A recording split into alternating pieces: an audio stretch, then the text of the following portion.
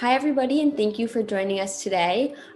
If you're looking to create new habits and master change, you're definitely in the right place. I'm Alyssa Bigelman. I'm here this week, actually, in sunny South Florida, and I'm here to take this journey with you. This is our second episode of a Sweet Life Wellness podcast series. I hope you got to join us for our first episode, but today we are going to be focusing on cultivating mindfulness. Yeah, hi, Alyssa. I am so happy to be with you today and with our listeners and with our viewers.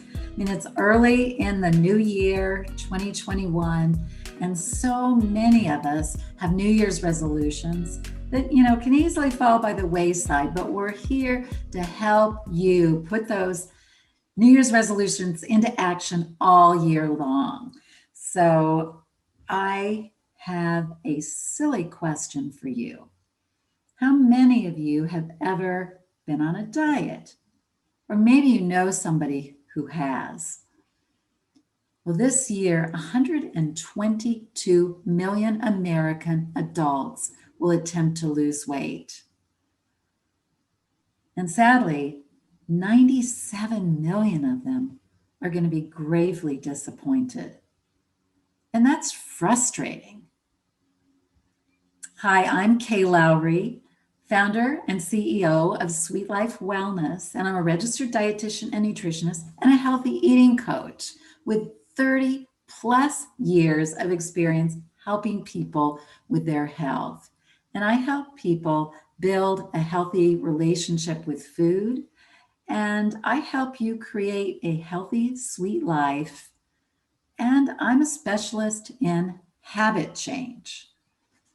So, another question for you is, have you ever had something in your life that you just didn't want to face? But it could be, an illness, a sick child, or even a boss, but you knew that you had to face it. Well, that happened to me too. And in fact, when I was 8 years old, I started eating, but no, it wasn't eating. I was hiding. I was hiding. I was hiding because something had happened to me that I didn't want anybody to know about. And I was hiding and soothing myself with food and with especially the sweets that my mom made for me and the chocolate chip cookies. And they were so delicious. My mom made the best chocolate chip cookies in the world. And that's how I knew that she loved me. But really, it left me kind of isolated and not having the relationships that I wanted to have. And, curious if any of you have ever played that game, backyard game, that is, of hide and seek when you were a kid. Yeah, probably lots of you. Well, I learned to play that game so well that I took it into adulthood and I mastered that game of hide and seek. And along with that, the cravings and the yo-yo dieting that made my weight go up and down, up and down, up and down. So frustrating. And it lasted for decades until I finally said, I need help. And I got a coach, and my coach helped me figure out just why was I doing what I was doing? Why was I making these choices? And to appreciate who I really was and be able to look in the mirror and love what I saw. So that's when my life started to turn around and I could build that healthy relationship with food that I'd needed all those years. And then I can help other people, which is a beautiful thing. So that is what I learned from all of this. I learned that I could change my life. And I want you to know that you can change your life too. And change is available to you. And I'm not just saying that to make you feel good. I want to show you today and throughout our podcast series that you can make change happen. really by taking a stand for yourself. And our podcast series is really all about making better choices and having the healthier life that you want to have. So, what does that mean? It means not having to go to the doctor every other week. It means having the energy that you want to have to be able to play with your kids or your grandkids and not having the extra weight that you don't want to have. I mean, that's what we are looking for. And we've created this series because of all the frustration that I hear in my office, all the frustration about wanting to make change and wanting a new habit to stick. And I don't have to tell you how hard it is to change an old habit and how easy it is to fall back into that old routine. And that's why I'm hearing about all the frustration. And I'll give you a good example, which was Lauren, one of the people that I'm working with. And when she first came to me, she told me about a day where she had just gotten really stressed because she had a lot of client questions. And so by the time she got home, took out a bag of chips and started eating. And then the bag was gone. And she said, "What did I do? Why did I eat that? I didn't even want it." And so she told me, "Yeah, I was just mindless eating. I just wasn't even paying attention." And so that's the kind of things that happens. And has that ever happened to you? Probably yes. I know it's happened to me. And so mindfulness is something that really helped me and the people that I've worked with to make change and to make it easier. And so that's why we're starting our series with some episodes about mindfulness. And mindfulness means being present in the moment that we're in. And so it makes that moment fresh.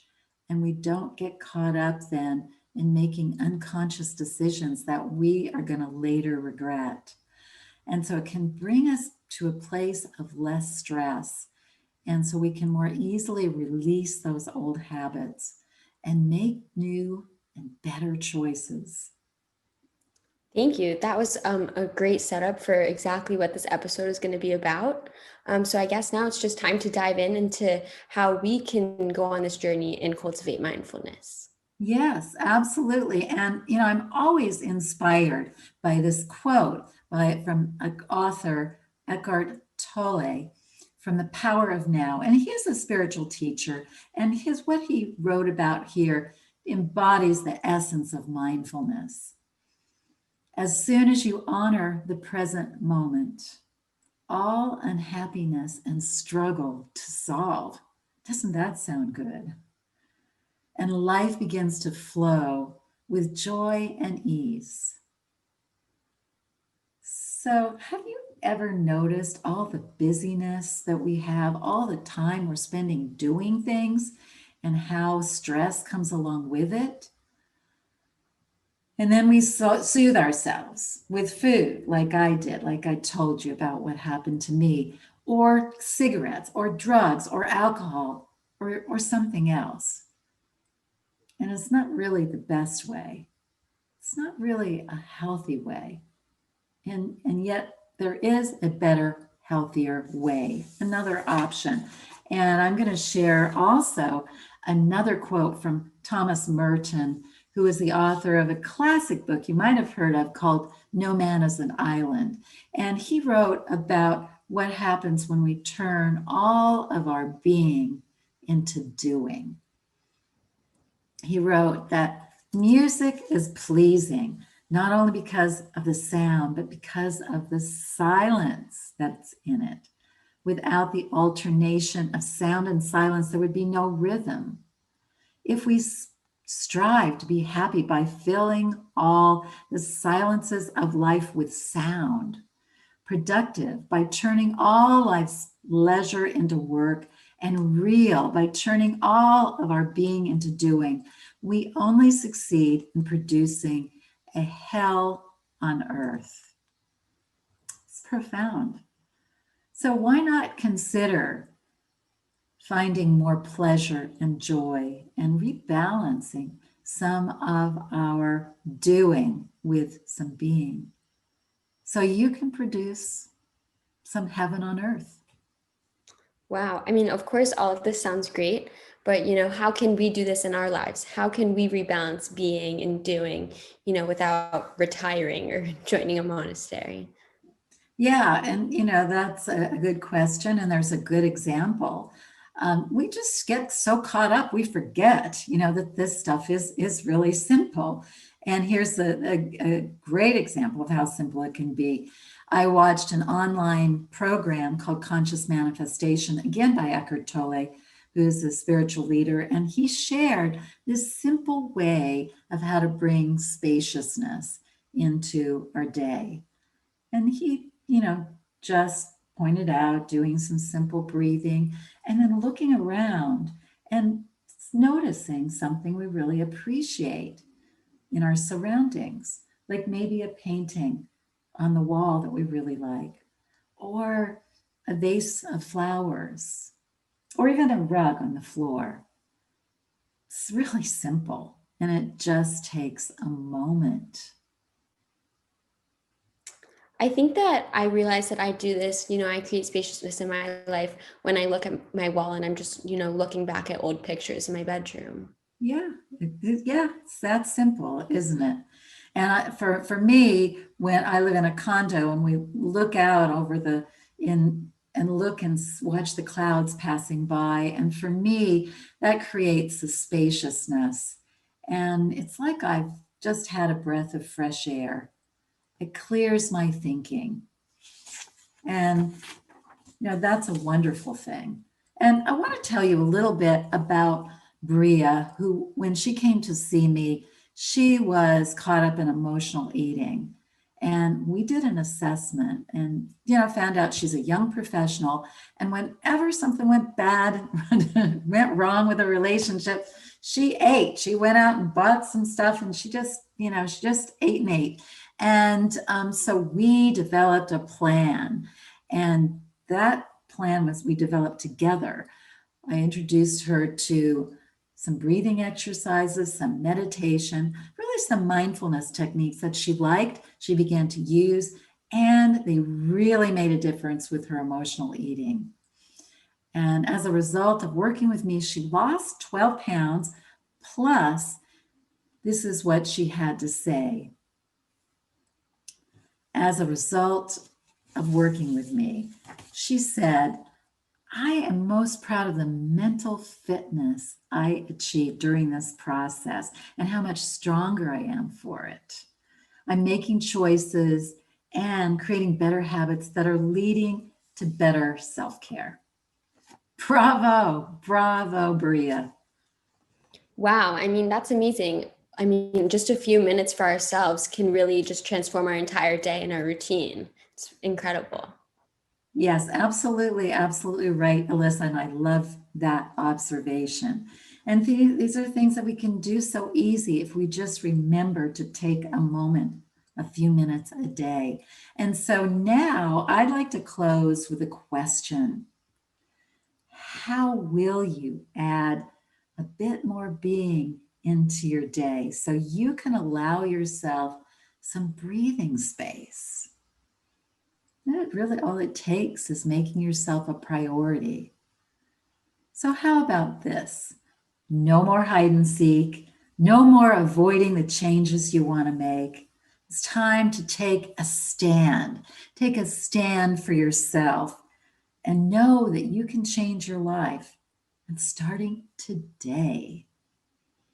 So, just a very brief, quick note before I turn things over to Alyssa. And I just want you to know that we are offering you resources that accompany this podcast, this recording right here and right now, that are going to make it easier for you to put all of this into action. And action is really what it takes to master change, right?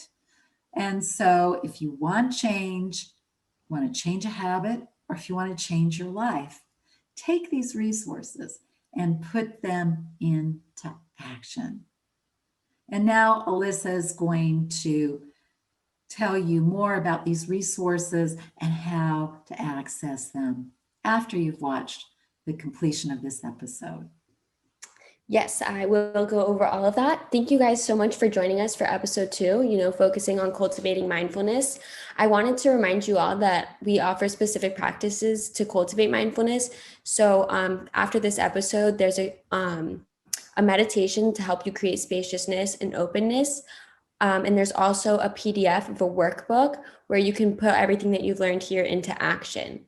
As always, you can call Kay and set up a time to talk with her if you have questions or further insight into this journey that we're all trying to go on. And you can either look for her phone number or email on the Sweet Life Wellness homepage, where you can go to sweetlifewellness.com. And just a reminder, each episode does build on the next one. So it's best to go through each episode in order and make sure to complete the meditation and workbook with it in order to get the most out of all of these series. And if you want to make these podcasts your springboard for change, join us each week at 10 a.m. on Tuesdays for the next episode. Thank you guys so much.